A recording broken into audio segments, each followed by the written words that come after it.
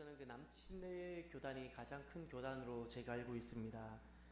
그 남침내 교회에서 약 10년 전에 교회 지도자를 대상으로 1300명을 대상으로 설문을 조사했습니다. 오늘날 교회가 직면한 10가지 이슈는 무엇이라고 생각하십니까? 라는 겁니다. 그렇게 했을 때 가장 많이 나왔던 4가지가 첫 번째, 개인 신앙과 교회 생활을 위해 보다 지속적이고 열정적인 기도가 필요합니다 였습니다. 첫 번째가 지속적이며 열정적인 기도. 미국 교회 지도자들의 그 설문입니다. 두 번째, 그리스도의 형상으로 변화되기 위해 모든 성도들에게 제자도가 필요합니다. 오늘날 교회가 직면한 이 이슈 중에 두 번째가 무엇이었는가 하니 성도들의 제자도였습니다. 세 번째, 성경적인 비전이 삶의 방향이 되게 하기 위해 교회 지도자들의 리더십이 필요합니다. 세 번째는 리더십이었습니다. 네 번째는 잃어버린 영혼의 구원을 위해 복음 전파의 중요성이 회복이 되어져야 됩니다. 오늘날에는 교회들이 전도하지 않고 점점 있거든요. 우리가 정기적으로 의료보험공단을 통해서 건강검진을 받게 됩니다. 그 시간이 참 유익합니다. 거기 보면 각 항목별로 건강의 기준들이 나와 있습니다. 혈압은 언제 정상인가요? 120에서 80이 정상이라고 하지요. 청력은 언제 정상일까요? 0에서 30데시벨이 정상이라고 한답니다. 콜레스테롤은 얼마가 정상일까요? 120에서 220 사이가 정상이라고 한답니다. 우리가 관심이 많은 당뇨 같은 경우에는 언제 정상일까요? 공복시는 110 미만이 정상이라 그러고, 식후 1시간 때는 180 미만이 정상이라 그러고, 식후 2시간 때는 140 미만이어야지 정상이라고 합니다. 우리가 내 몸의 건강을 위해서도 이렇게 기준을 설정하고 우리가 끊임없이 건강검진을 받지 않습니까? 우리 내 몸보다도 못지않게 더 중요한 영적인 생활도 마찬가지로 건강검진이 필요합니다. 여러분, 내가 살아오면서 내 영적인 부분을 점검하고 내 신앙생활을 돌아본 적이 있으신지요? 내가 지금 어떤 신앙의 좌표를 가지고 살아가고 있는지를 생각해 보신 적이 있으신지요? 영적 건강을 위해서 반드시 필요한 5가지 신앙 요소가 있다고 내비게이터에서 말했습니다. 그 5가지가 무엇인가 하니, 첫 번째가 정말 하나님 앞에서 깨어있고 정말 영적인 건강을 유지하며 살아가는 사람들을 보니까 첫 번째가 이런 것이 있더라는 겁니다. 규칙적인 기도 생활을 규칙적으로 하더라는 거예요. 그런데 하루에 최소한 그분들을 보니까 15분에서 30분은 하더라는 거예요. 영적으로 건강하며 살아있는 사람들은 보니까 규칙적인 기도 생활이 있는데 최소로 15분에서 30분 기도 생활을 하는 사람들이 건강하더라는 겁니다. 두 번째, 누가 영적으로 건강한 사람인가? 영적인 자기 성장을 위해서 말씀 생활을 하더라는 겁니다. 말씀 생활. 하루에 최소한 석 장에서 5장 이상의 성경 말씀을 읽어가더라는 겁니다. 최소한 석 장에서 5장 이상 성경 말씀을 읽어가는 사람들이 건강성을 유지하면서 살아가더라는 겁니다. 세 번째로, 누가 영적으로 건강한 사람들인가? 성도의 교제가 있는 사람입니다. 주 중에 성도의 교제, 다시 말해서 이 성도의 교제라는 것은 예수 믿는 사람들의 만남이 아니라, 만나서 그냥 살아가는 삶의 잡다한 이야기를 하는 것이 아니라 함께 모여서 말씀을 가지고 성경 공부를 하고 셀 모임을 하든지, 그래서 이런 정기적인 모임이 있더라는 겁니다. 이 정기적인 모임이 있는 사람들이 건강하더라는 겁니다. 네 번째, 누가 영적으로 건강하든가? 복음을 전하는 전도자의 삶을 일주일에 한 번 이상 살아가더라는 겁니다. 나만을 위해 살아가지 아니하고 이 복음 때문에, 내 안에 들어와 있는 이 복음 때문에 일주일에 한 번 이상은 이 복음 전도자의 삶을 살아가더라는 겁니다.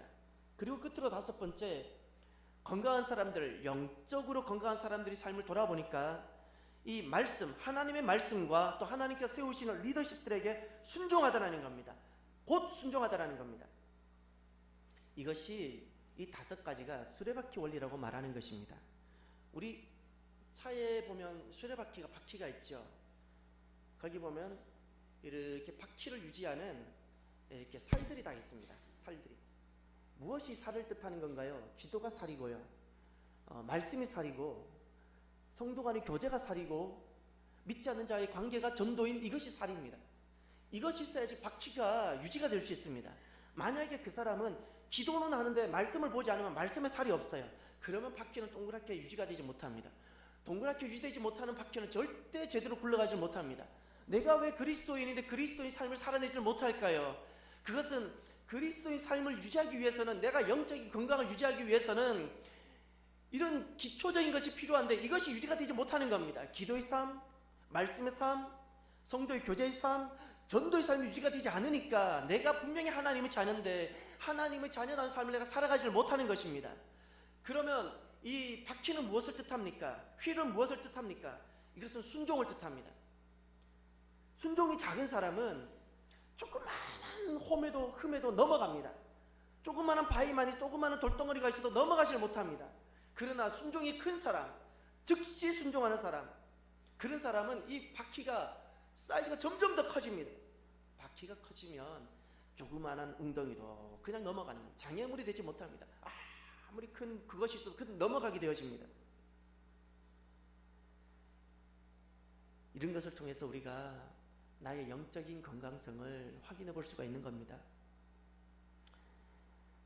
이번 주 중에 한 운동선수 인터뷰가 제 시선을 이끌었습니다. 네이마르라는 축구 선수였습니다. 왜 제 눈을 이끌었는가 하니, 실은 그가 역대 최고 이적료를 발생시키며 이적을 했더라고요. 무려 2억 2,200만 유로예요. 이게 얼마나 큰지 우리 감이 오질 않아요. 약 3천억 정도 되더라고요. 2,950억 정도 돼요, 우리나라 돈으로. 우린 너무 크니까 이게 감이 오질 않아요. 한 100만 원 하면 돈이 되는데 1,000만 원 하면 크다고 생각하는데, 뭐 2천 얼마, 뭐 3천억 이렇게 하니까 뭐 컸나 보다 생각을 하는 것 같아. 그런데 제가 그 네이마르라는 이 브라질 선수가 바르셀로나에서 파리 생제르맹으로 옮기면서 인터뷰를 했는데, 그 인터뷰를 제가 봤어요. 이런 말을 하더라고요. 결정을 내리는데 그 과정이 매우 어려웠습니다. 그때 나는 이제 만 25살인데 내가 앞으로 축구 선수로 10년이 남지 않았는데 내가 무엇을 원하는지 스스로 자문해 보았다는 거예요. 지금 기존에 있었던 구단에서 자기는 누릴 영광을 다 누렸어요. 들어야 되는 트로피도 이미 다 들어봤어요. 그런데 그가 자기에게 질문을 던졌어요. 나는 내가 무엇을 원하는지, 앞으로 내가 축구 선수로 10년 이상을 살지 못하는데 내 인생에 정말 무엇을 하기를 원하는지를 깊이 생각했다는 거예요. 그리고 돈이 아니라 행복 때문에 도전을 선택했다면서 그는 그 인터뷰에서 이야기를 합니다. 어떤 삶이 건강한 삶일까요? 어떤 삶이 건강한 신앙일까요? 여러분, 어떤 교회가 건강한 교회일까요? 만약에 예수님께서 지금 오셔서 신앙생활을 만약에 하신다면 예수님은 어떻게 직장생활 하실까요? 예수님은 어떻게 사업을 이끌어 가실까요? 예수님은 어떻게 직장생활하고 어떻게 생활하실까요? 예수님께서 목회자라면 예수님은 어떻게 교회를 만들어 가시고 계실까요? 오늘 본문에 보면 예수님께서 마지막 만찬을, 성목요일날 마지막 만찬을 하신 다음에 그 자리에서 고별 설교를 하게 되십니다. 요한복음 14장부터 16장까지 이 석장이 예수님께서 성만찬 하시고 세족식 하신 다음에 십자가 지시기 바로 전에 겟세마네 동산으로 가서 체포되기 마지막 바로 전에 사랑하는 제자들에게 마지막으로 전한 말씀이, 이 고별 설교가 요한복음 13장부터 16장까지 석장입니다.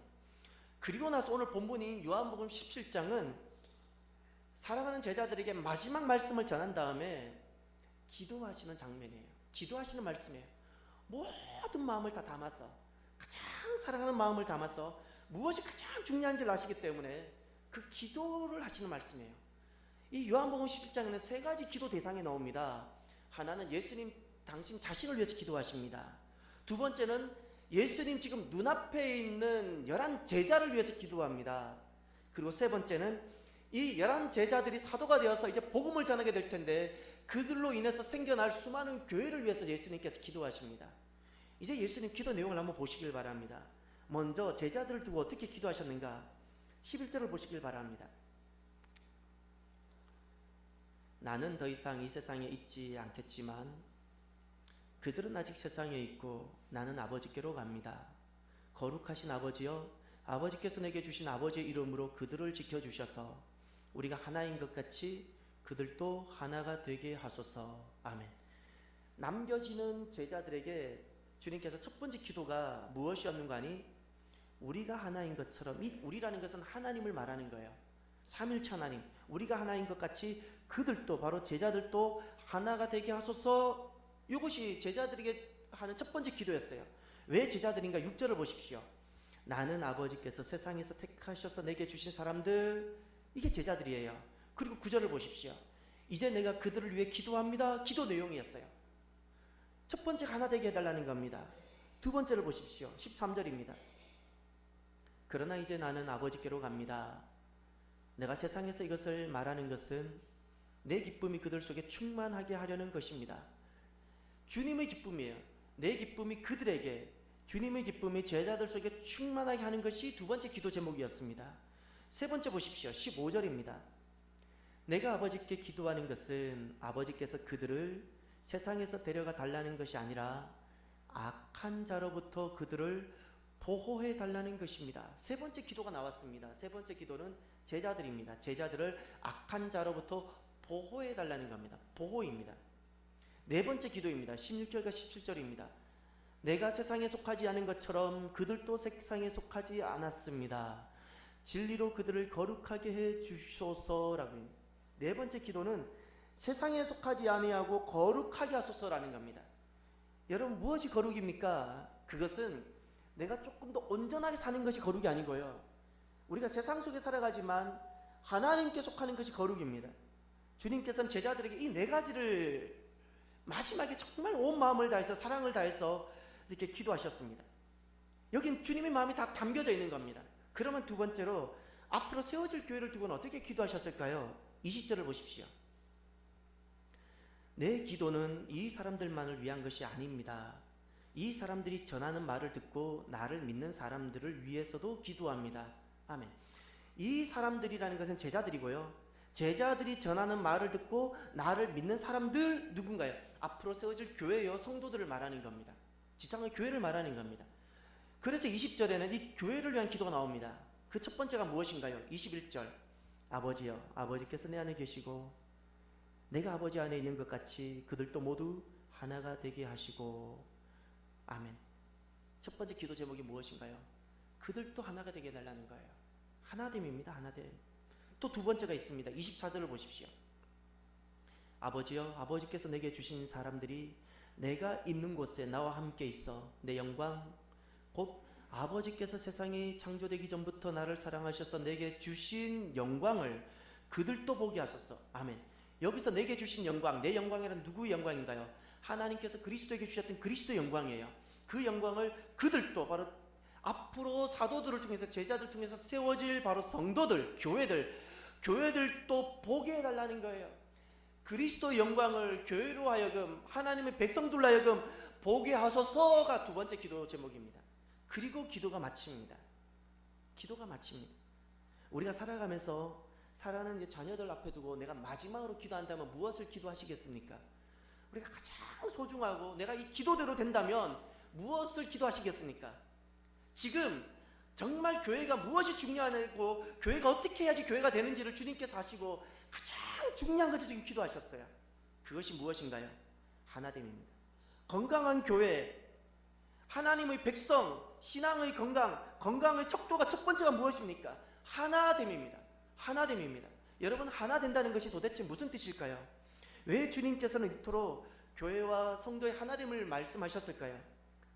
그것은 두 가지 이유가 있습니다. 첫 번째로, 왜 주님께서는 이렇게 하나됨을 말씀하셨을까? 신앙생활이라는 것은 하나님과 하나 되는 것이기 때문에 그렇습니다. 하나님과 하나 되는 것이 신앙생활입니다. 21절을 다시 보시겠습니다.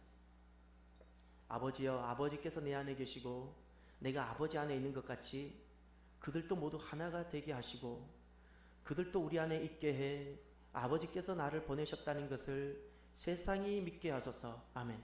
여기에 먼저 이 원리를 먼저 말씀합니다. 21절에 아버지께서 내 안에 계시고 내가 아버지 안에 있는 것 같이. 그러니 이것이 지금 성부 하나님과 이 땅에 오신 성자 하나님과의 그 관계를 설명하고 있어요.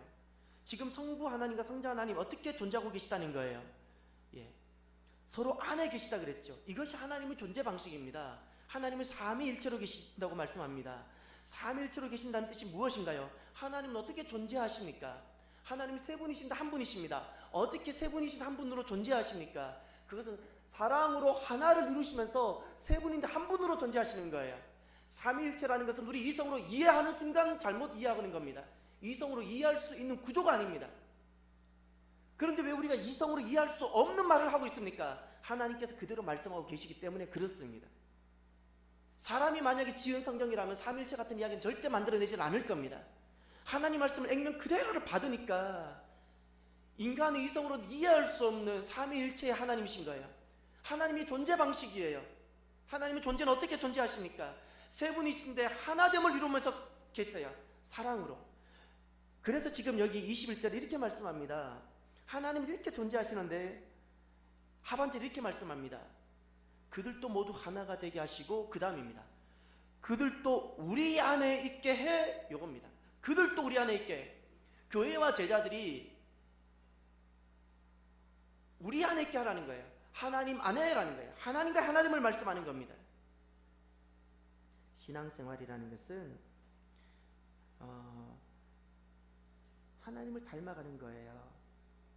우리 하나님 형상으로 지어졌잖아요. 우리가 예수님을 믿고 나면 이제 돌아오게 됩니다. 예수님을 믿으면 돌아오지요. 돌아온다는 것은 결국 무엇일까요? 하나님을 닮아가는 것이고, 우리가 하나님 형상으로 지어졌기 때문에 하나님을 닮아가는 것이고, 무엇을 닮아가는 것일까요? 하나 되신 그 모습을 닮아가는 거예요. 하나님 하나 되는 거예요. 하나님께 속하는 거예요. 예수님을 믿는다는 것은 잊지 마십시오. 내가 내 인격이 더 깊어지는 것이고 내 종교성이 뛰어나지는 것이 예수 믿는 것이 아니고, 예수님을 믿는다는 것은 하나님과 하나 되는 것이고 하나님께 속하는 것입니다. 이것이 아니면 우리는 결코 예수님과는 관계없는 생활을 내가 살아가는 것뿐입니다. 거룩이라는 것은 내가 하나님과 하나 되기 위해서 세상을 떠나면서 생기는 자연적인 영적 현상이 거룩입니다.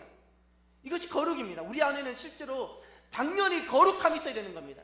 세상을 떠나고, 내가 세상에 속해 있지만 세상을 떠나고 하나님께 속할 때 일어나는 이 영적 현상, 거룩함.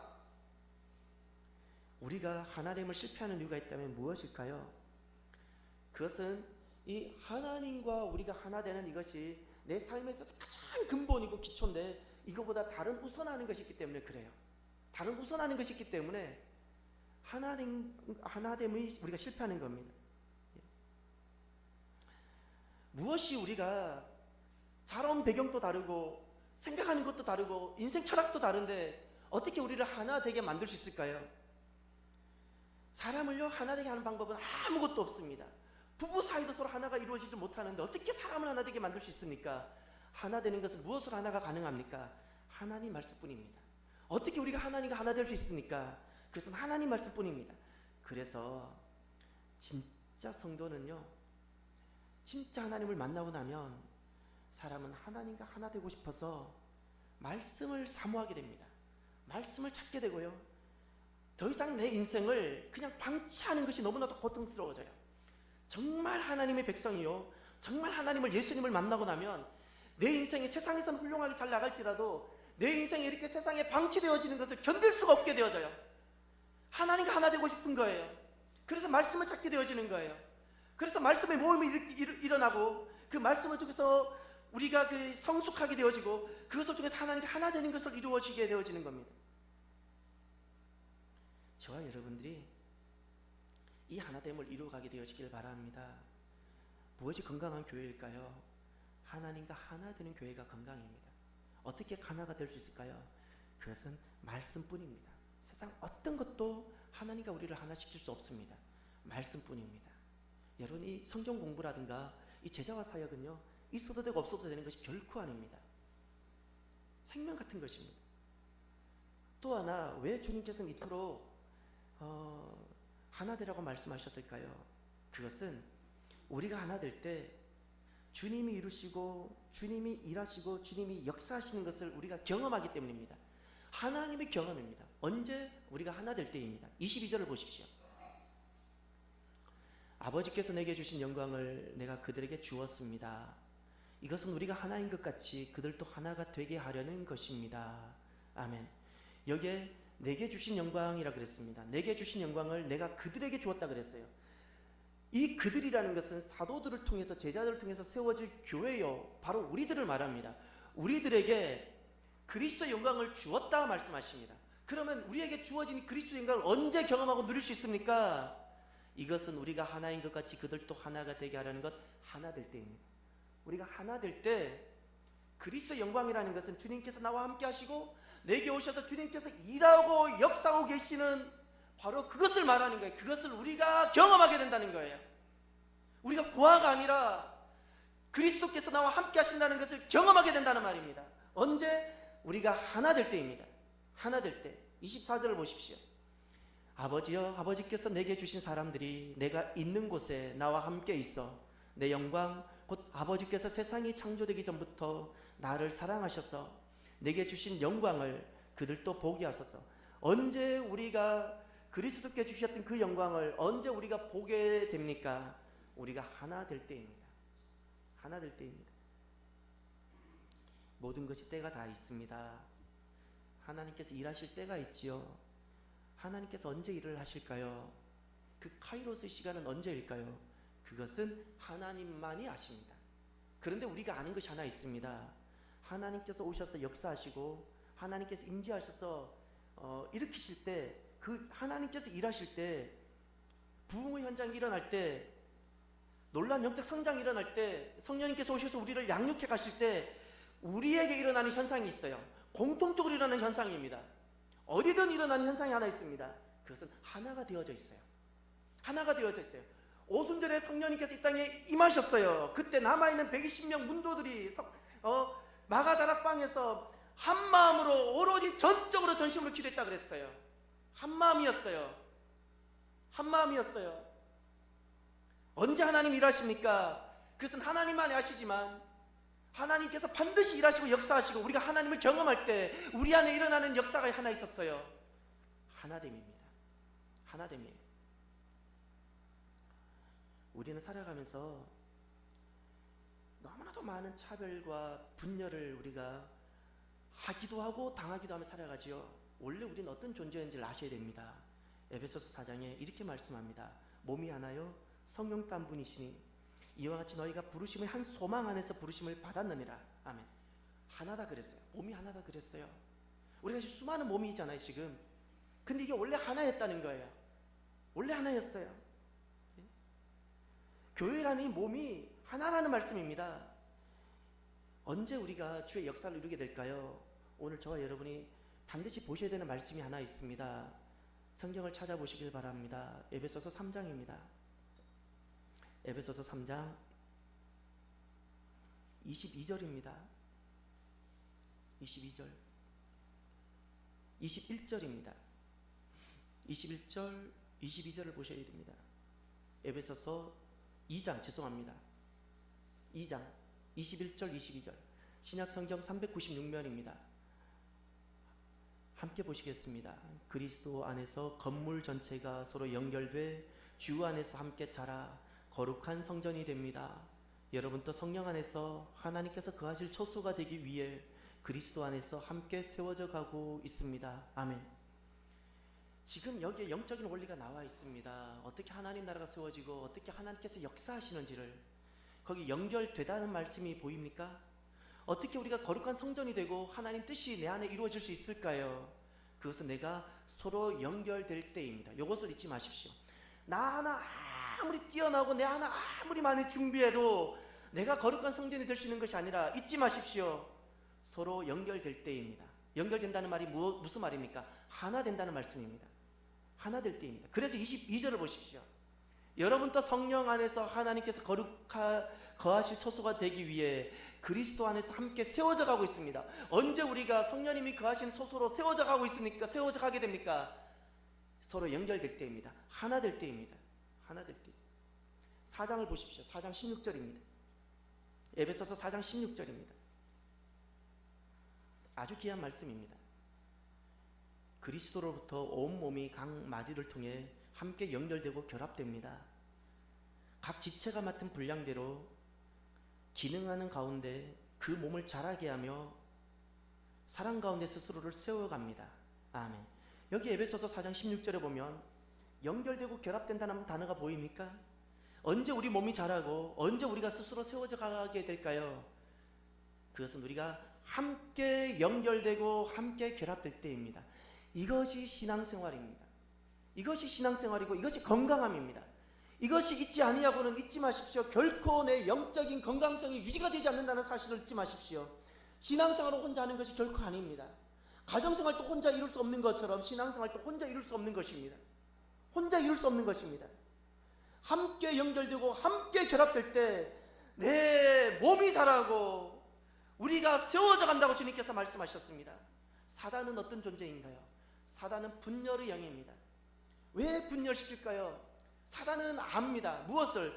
우리가 하나님께서 아무리 많은 능력을 주시고 은사를 우리에게 주셨을지라도 우리가 하나됨을 잃어버리고 나누어지기만 한다면, 분열되기만 한다면 우리는 결코 하나님 뜻을 이룰 수 없다는 것을 사단이 알고 있습니다. 그래서 사단은 간단합니다. 우리에게 말이나 여러 가지로 우리를 분열시킵니다. 세상을 분열시키지 않고요, 하나님의 백성들을, 교회를 분열시킵니다. 이것이 사단의 전략입니다. 분열된 교회는 세상을 이기지 못합니다. 분열된 교회는 세상을 이기지 못합니다. 저와 여러분이 남아있는 우리 신앙생활하며 특별히 교회 생활할 때 생명같이 여겨야 되는 말씀 하나 있어요. 내가 바보됨을 당할지라도, 내가 어떤 희생을 치렀더라도 분열된 교회를 만들지 말아야 돼요. 분열된 교회는 세상을 이기지를 못해요. 세상을 이기지를 못해요. 저와 여러분은 어떤 희생을 치러서라도, 내가 어떤 손해를 보면서라도 성령님께서 하나 되게 하신 이 교회를 힘써 지켜나가게 되기를 바랍니다. 힘써 지켜나가게 되길 바랍니다. 고린도 교회를 기억하십니까? 고린도 교회 교훈을 잊지 마십시오. 성경에 나오는 수많은 교회 중에 가장 은사를 많이 받았던 교회가 고린도 교회입니다. 가장 능력을 많이 받았습니다. 가장 부유한 사람들이 많았던 교회입니다. 그런데 그 교회가 어찌했습니까? 분열이 됐습니다. 분열되고 나니 어린아이 같을 뿐입니다. 그 많은 능력을 가지고, 그 많은 재력을 가지고 주의 사명을 감당하지 못하는 거예요. 영적인 어린아이의 특징이 있습니다. 우리 내 곁에 있는 어린아이들 특징이 있듯이 영적인 어린아이들의 특징이 있습니다. 5가지가 있습니다. 이 5가지를 우리가, 저와 여러분이 명심하면서 내게 이런 부분이 있는지를 돌아보면 좋겠습니다. 첫 번째, 자기중심적입니다. 자기 생각, 신앙생활하는데 자기 생각, 자기 마음과 다르면 분열하거나 다툽니다. 늘 자기중심적입니다. 자기중심적인 사람은 죄송하지만 나는 아직 영적인 어린아이구나 라고 생각하셔야 됩니다. 두 번째, 영적 어린아이 특징이 있습니다. 쉬운 일만 하려고 합니다. 어린아이들은, 어른들은, 부모들은 어떤 힘든 것도 다 마다하지 않잖아요. 그러나 어린아이들은요, 어려운 일은 피해요. 그리고 힘든 일을 끝까지 해내질 못해요. 완성해내질 못해요. 이것이 어린아이들의 특징입니다. 그저 쉬운 일들만, 편안함을, 몸이 편안함을 따라가지 마십시오. 몸을 따라가면 결국에는 그것은 멸망밖에 없습니다. 내 영혼이 몸을 다스려야 되는 겁니다. 세 번째, 영적 어린아이 특징은 요구 조건이 많습니다. 요구 조건이 많습니다. 네 번째, 영적 어린아이 특징은 분별력이 없어서 말을 함부로 합니다. 그리스도인은 잊지 마십시오. 복음을 전하는 자여야 되지 말이 많거나 말장이가 되지 마십시오. 말이 많은 것은 분별력이 없기 때문에 그래요. 자기는 그것이 옳은 말이라 생각하지만 실은 깊이 생각해보면 분별력이 있으면 다스릴 수많은 말들이 분별력이 상실하기 때문에 다스려지지 않지 그냥 쏟아져 나오는 거예요. 그냥 쏟아져 나오는 이 말이 얼마나 부끄러운지 모릅니다. 얼마나 부끄러운지. 이 분별력 없이 말을 함부로 하는 이것이 실은 내가 영적인 어린아이라는 뜻입니다. 마지막 5번째, 영적인 어린아이 특징은 무엇인가 하니 시기심이 많습니다. 시기심이 많습니다. 왜 시기심이 많습니까? 마음이 말씀으로 다져져 있지 않기 때문에, 마음이 약하기 때문에 그냥 견딜 수가 없는 겁니다. 그저 자기에게 유익을 주는 사람들만 좋아합니다. 좋아합니다. 영적 어린아이는 하나됨을 이루지 못합니다. 우리 몸을 생각해 보십시오. 몸을 생각하면 영적인 원리를 잘 알 수 있습니다. 우리 몸에 수많은 지체가 있습니다. 머리부터 발끝까지 얼마나 많은 지체가 있는지 모릅니다. 그런데 존재의 이유가 없이 있는 지체가 있습니까? 하나님께서 우리를 지으셨을 때 머리부터 발끝까지, 머리털 하나까지 존재의 이유 없이 있는 것이 하나도 없습니다. 심지어 이 눈썹은 빗물이 떨어지지 말라고, 눈에 들어가지 말라고 있는 건 아니겠어요? 존재의 이유가 다 있는 거예요. 어쩌면 우리가 어리석어서 존재 이유를 알지 못하는 것이지, 하나님이 지으셨던 그 존재 이유를 아직 다 알지 못하는 것이 있을 뿐이지, 존재의 이유 없이 우리 몸에 있는 것은 아무것도 없습니다. 아무것도 없다는 거예요. 우리가 이렇게 함께 있잖아요. 존재의 이유 없이 이 자리에 있는 사람이 아무도 없다는 사실을 잊지 마십시오. 하나님이 선한 목적이 있기 때문에 우리가 이 자리에 모인 거예요. 왜 우리가 하나가 되어져야 될까요? 우리 몸에 하나만 부진하거나 한 군데만 병이 들어도 생각해 보세요. 몸 전체가 기능하지 못하잖아요. 마찬가지예요. 우리가 하나입니다. 하나인데 한 지체가 부진하거나 병이 들면 이 공동체가 하나님의 뜻을 감당하지 못하게 되어져요. 감당하지 못하게 되어진다는 거예요. 그래서 우리가 하나가 되어져야 됩니다. 건강한 몸과 건강한 지체는 머리의 지시를 받으며 움직입니다. 그런데 몸속에 머리의 지시를 받지 않는 지체가 딱 하나 있어요. 우리 눈은 눈이 두 개지만 머리의 지시를 받아서 두 눈이 자기 보고 싶은 대로 보는 것이 아니라 내 머리가 지시하는 것을 지금 보고 있는 거예요. 그런데 이 머리의 지시를 받지 않는 내 몸에 지체가 하나 있습니다. 무엇인가요? 암세포입니다. 암세포는 분명히 내 몸에 있어요. 그런데 이 암세포는 결코 머리의 지시를 받지 않습니다. 다른 세포가 자기로 인해 죽어가든 말든 상관없이 자기 역량만 늘려갑니다. 자기 하고 싶은 것만 합니다. 암세포입니다. 암세포만 지시를 받지 않습니다. 자기 하고픈 대로만 합니다. 그래서 살아가면서 우리가 영적인 훈련이 얼마나 중요한지 모릅니다. 우리가 하나 될 수 있도록 영적인 훈련만 되어지면, 하나만 되면 하나님께서 오셔서 그 공동체 속에서 이루시는 놀라운 역사를, 하나님의 경험을 우리가 하게 되어지고 하나님의 영광을 보게 되어지는데, 우리가 다스려지지 않고 다듬어지지 않아서 하나를 이루지 못해서 그 영광을 이 땅에서 우리가 보지 못하는 거예요. 저는 제 인생에 그 놀라운 영적 성장들을 많이 몇 번 경험했는데, 그 중에 하나가 초등학교 시절도 있었지만 저는 초등학교 시절이 너무너무 귀합니다. 초등학교 시절에 너무나도 영적인 큰 진보가 있었기 때문에. 또 하나, 스펀지처럼 제가 말씀을 빨아들이고 영적인 놀라운 성장이 했던 때가 있었습니다. 지금 돌아보면 성령님께서 소식 양육하셨던 기간인데, 대학교 시절입니다. 제 인생에 있어서 놀라운 영적인 성장이 있었던 시절, 그 대학교 시절에 제 눈으로 목도한 것이 있습니다. 이제 예수님을 막 믿은 지 1년 된 형제예요. 고등학교까지는 전혀 교회 문턱을 다니지 않았던 형제예요. 근데 대학 들어오면서 교회를 다니기 시작했어요. 이제 예수님을 믿은 거예요. 1년 동안 말씀 훈련을 받았어요. 이 친구가, 이 형제가 이제 예수 믿은 지 1년 됐는데 말씀으로 무장되고 훈련되니까 그가 말씀 묵상하기 시작하고요. 그가 말씀을 살기 시작하고요. 다른 사람을 양육하고요. 나가서 전도하고요. 그런 삶을 살아내는 거예요. 얼마나 신실하고 충성스러운 사람으로 세워지는지 모릅니다. 그런데 그 곁에 누가 있었는가 하니, 예수님을 믿은 지 20살, 20년이 된 형제가 있었어요. 예수님을 믿은 지 20년 된 형제, 그러나 아무것도 이뤄내질 못했어요. 1년이면 말씀으로 훈련되어서 1년이면 이루어낼 수 있는 말씀 묵상, 말씀의 삶, 또 다른 사람을 양육하는 삶, 20년 동안에는 하나님께서 기회를 주셨는데 아무것도 이뤄내질 못해요. 말씀 묵상도 못해내고, 전도는 불편한 것이고, 양육은 목사들이 하는 것이고. 저는 그때 진짜 우리 안에는 무한한 잠재력을 보았습니다. 무슨 잠재력을 보았는가 하니, 우리가 얼마나 말씀으로 훈련되어지면 우리가 얼마나 신실하게 무장될 수 있는지를 제 눈으로 봤어요. 우리가 얼마나 정직하게 헌신할 수 있는지, 우리가 얼마나 정결하게 사역할 수 있는지 제 눈으로 봤어요.